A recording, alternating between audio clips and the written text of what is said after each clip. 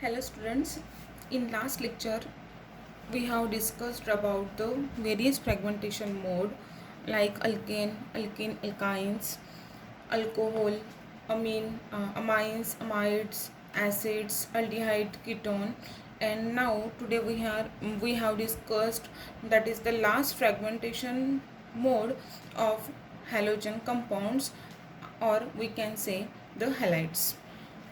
Now, let's see some important features of the fragmentation of the halogens are number one, the molecular ion abundance of the particular alkyl halide increases as the electronegativity of the halogen substituent decreases. इसका मतलब क्या होता है देखो, it is very easy. The molecular ion abundance of a particular alkyl halide increases. जो molecular ion का जो abundance रहता है जिसमें जो अल्किल हैलाइड रहता है वो उसका जो मॉलिकुलर अबंडेंस रहता है वो इंक्रीज होता है as the electronegativity of the halogen substituent decreases. मतलब जैसे जैसे हैलोजन की इलेक्ट्रोनेगेटिविटी जो रहती है वो डिक्रीज हो जाती है वैसे वैसे मॉलिकुलर आयन अबंडेंस जो रहता है अल्किल हैलाइड का वो इंक्रीज होता है. किससे?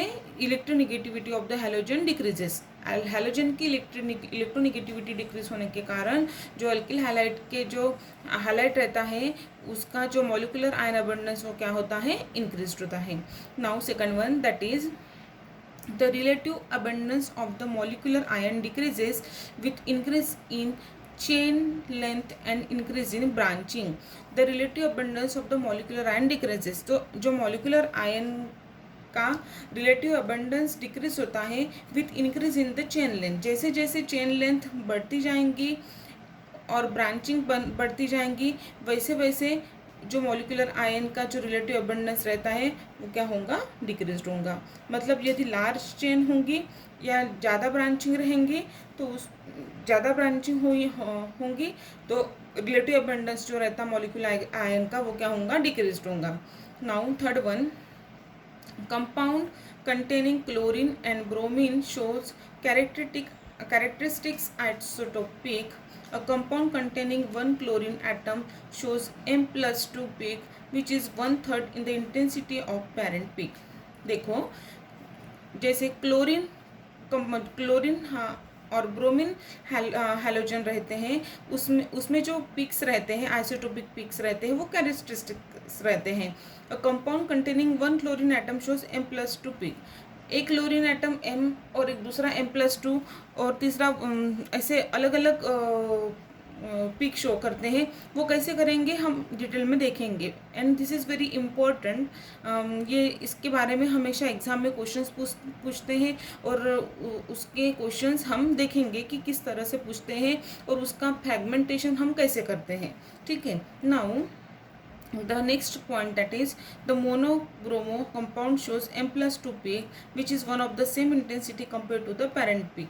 Okay, ये पॉइंट है. इसका भी हम एक्सप्लेनेशन बाद में देखेंगे. Now in the parent ion charge resides on the halogen atom.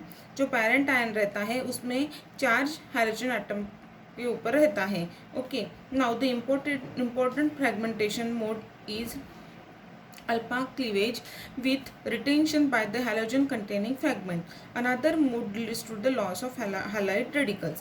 अभी इसमें एक तो अल्फा क्लीवेज होता है और इसमें क्या होते हैं? रिटेंशन होता है चार्ज का हैलोजन कंटेनिंग फ्रैगमेंट में. Another mode leads to the loss of the halide radical. एक तो हम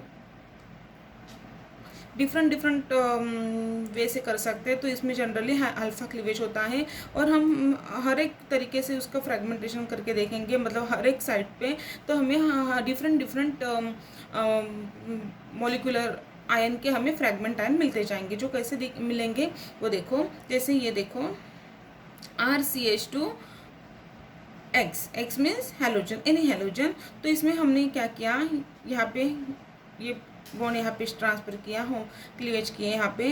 तो ये यहाँ से फ्री रेडिकल करके निकल जाएगा. R निकल जाएगा और हमें क्या मिलेगा? ये बॉन्ड यहाँ पे शिफ्ट हो जाने की वजह से single bond is getting converted into the double bond. ठीक है. और यहाँ पे R यहाँ पे फ्री रेडिकल करके मिलेगा. Now second one, that is RCH2X.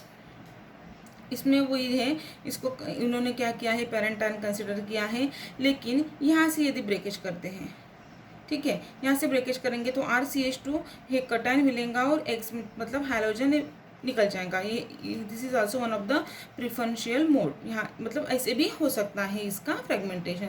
Now this is what the fragmentation of the hydrogen compound. It is very simple and this question is always asked in the examination. Now examples देखो। Example, in the mass spectrum of ethyl chloride we observed 64 M plus 66 M plus 2 intensity ratio 1:3.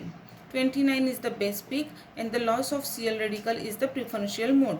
पहले तो आपको ये समझना ज़रूरी है कि what is meant by isotope। हमें पता है this is one of the basic question and isotope is nothing but it is the which having the same atomic number but different atomic mass number.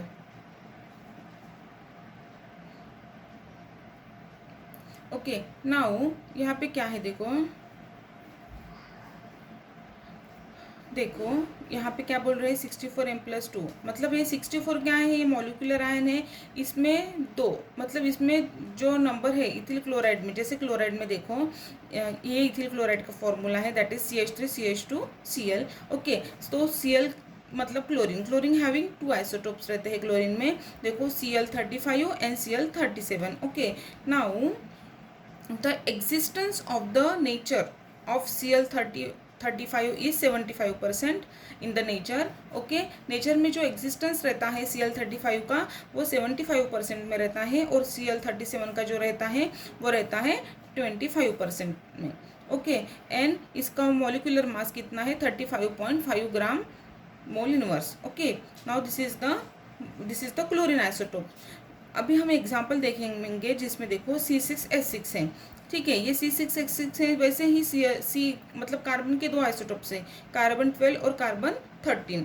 तो जो existence रहता है carbon 12 का वो कितना है 97.5% है और कार्बन 13 का है 1.1%। ये एग्जिस्टेंस जो है वो आपको ध्यान में रखना है कि किसका कितना रहता है, ठीक है, इस दो कार्बन के आइसोटोप्स का। जैसे हमने क्लोरीन का बताया कि क्लोरीन 35 का कितना 75 रहता है, क्लोरीन 37 का रहता है 25% और उसका एटॉमिक मास नंबर कितना है 35.5 gram mole inverse. Okay now carbon का जो रहता है वो एग्जिस्टेंट कार्बन 12 का जो रहता है वो 97.5 रहता है और कार्बन 13 का जो रहता है वो 1.1% रहता है। वैसे ही हाइड्रोजन एटम रहता है, हाइड्रोजन एटम के दो ड्यूटेरियम्स हैं।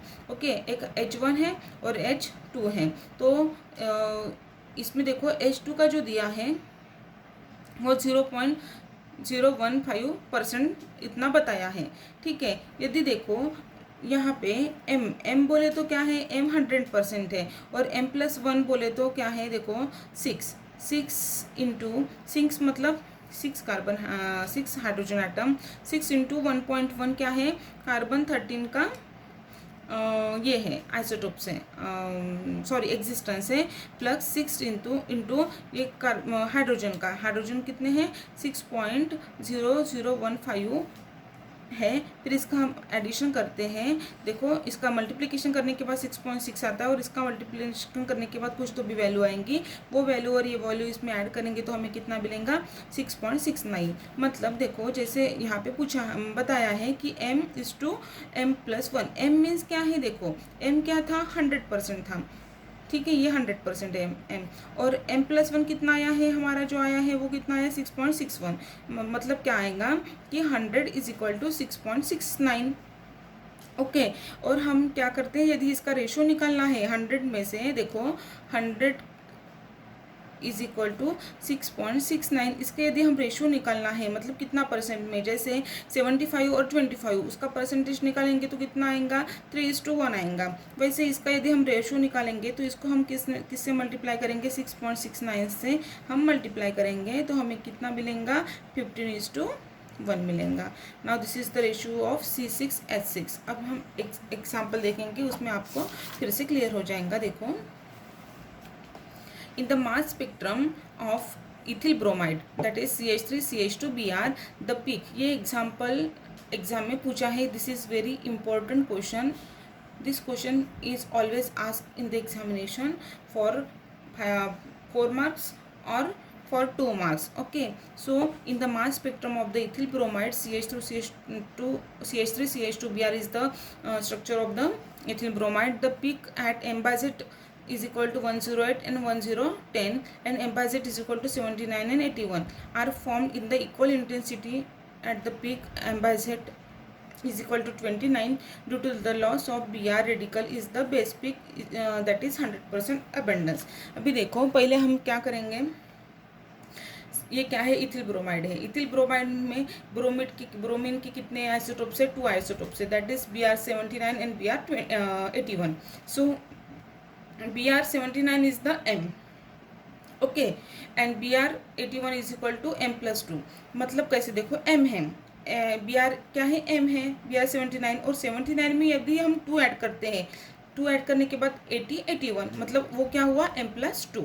ओके, नाउ इसका एग्जिस्टेंस जो है नेचर में वो 49.7% है और इसका जो एग्जिस्टेंस है वो कितना है, 50.3% है. ये एग्जिस्टेंस रहता है वो क्लोरीन का, ब्रोमीन का, कार्बन का, हाइड्रोजन का, आपको ध्यान में रखना है. तो इसका एग्जिस्टेंस जो रहता है Br79 का वो कितना है, 49.7 है और Br81 का जो एग्जिस्टेंस है वो 50.3 है.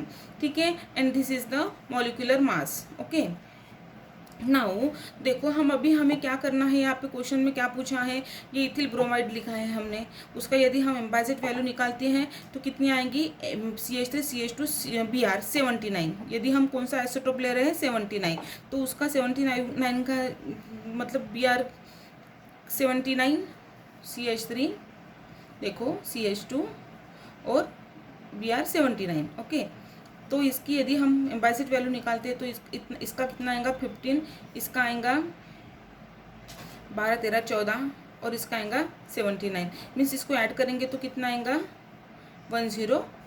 This is the m by z value of the CH3CH2 Br79 और CH3CH2 Br89. मतलब इसमें 2 यूनिट ऐड करेंगे क्योंकि यहाँ पे 89 है, 81 है और इसमें 79 था, तो 79 में यदि 2 यूनिट्स मिलाएंगे तो उसमें कितना आएगा, 81 आएगा.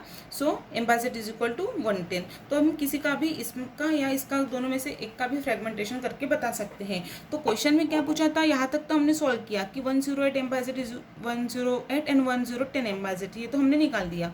Now what they ask M by Z is equal to 79 and 81 are formed in the equal intensity ratio. Okay, अभी देखो हम इसका क्या करेंगे, फ्रेगमेंटेशन करेंगे.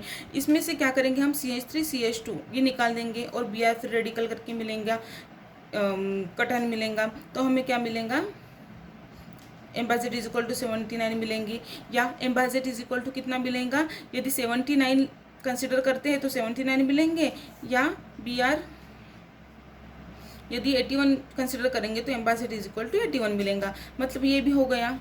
अभी क्या बोलेंगे, क्या बोल रहे हैं यहाँ पे कि the peak at m by z is equal to 29 due to the loss of Br.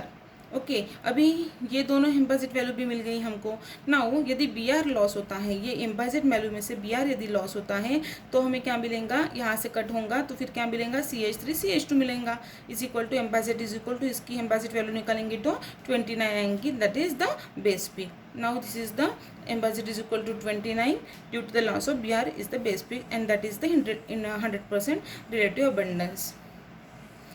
देखो जो क्वेश्चन में पूछा है वो हमने किया है, वो हमने ट्यूबुलर फॉर्म में लिखा है, फ्रेगमेंटेशन किया है, and this is very simple and this question is always asked in the examination.